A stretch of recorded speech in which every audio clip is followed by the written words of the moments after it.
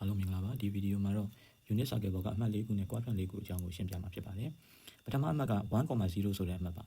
သူဒီ unit circle ရဲ့တောက်0 degree သို့မဟုတ်တပတ်လေတောက်360 degree ဆိုတဲ့နေရာလေးမှာရှိတာပါပြီးရင် h တန်ဖိုးဟာ cos theta နဲ့တူပြီးတော့ y တန်ဖိုးဟာ sin theta နဲ့တူပါတယ် sin y cos h လို့မှတ်လို့လည်းရပါတယ်အဲ့ဒီအတွက်ကြောင့် cos 0 degree တန်ဖိုးဒီ1ဖြစ်ပြီးတော့ sin 0 degree တန်ဖိုးဒီ0ဖြစ်ပါတယ်ဒုတိယအမှတ်က 0,1 ဆိုတဲ့အမှတ်ပါသူက theta တန်ဖိုး90 degree နေရာမှာရှိတာပါအဲ့တော့ cos 90 degree ဒီ cos ဆိုတော့ h တန်ဖိုးကိုကြည့်တော့ cos 90 degree ဒီ0ဖြစ်ပြီးတော့ sin 90 degree y တန်ဖိုးကိုကြည့်တော့1ဖြစ်ပါတယ်တတိယအမှတ်ဒီ -1,0 ဆိုတဲ့အမှတ်ပါသူဒီ180 degree ဆိုတဲ့တောက်တန်ဖိုးပမာဏနေရာမှာရှိပါတယ်အဲ့အတွက်ကြောင့် cos 180 degree ဒီ -1 ဖြစ်ပြီးတော့ sin 180 degree ဒီ y တန်ဖိုး0ဖြစ်ပါတယ်စတုတ္ထအမှတ်ကကျတော့ 0,-1 ဆိုတဲ့အမှတ်ပါသူဒီ theta တန်ဖိုး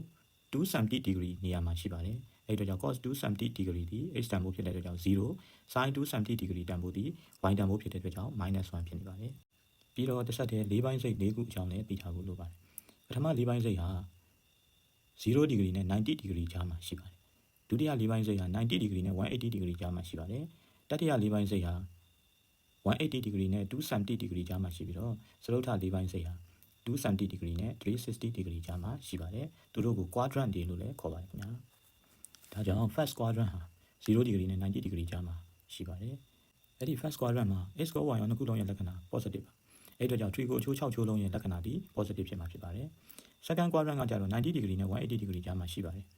အဲ့ဒီ second quadrant မှာ h တန်ဖိုးအနှုတ်ဖြစ်ပြီးတော့ y တန်ဖိုးတွေကအပေါင်းဖြစ်နေပါမှာဒါကြောင့် y တန်ဖိုးနဲ့တူတဲ့ sin အချိုးဟာ positive ဖြစ်ပြီးတော့ h တန်ဖိုးနဲ့တူတဲ့ cos အချိုးဟာ negative ဖြစ်မှာဖြစ်ပါတယ်။ third quadrant ဟာ180 degree နဲ့270 degree ကြားမှာရှိပါတယ်။အဲ့ဒီ third quadrant မှာ x ရော y ရောနှစ်ခုလုံးဟာ negative ဖြစ်နေကြမှာပါ။အဲ့ဒီအတွက်ကြောင့် sin ရော cos ရောနှစ်ခုလုံးရဲ့လက္ခဏာဒီ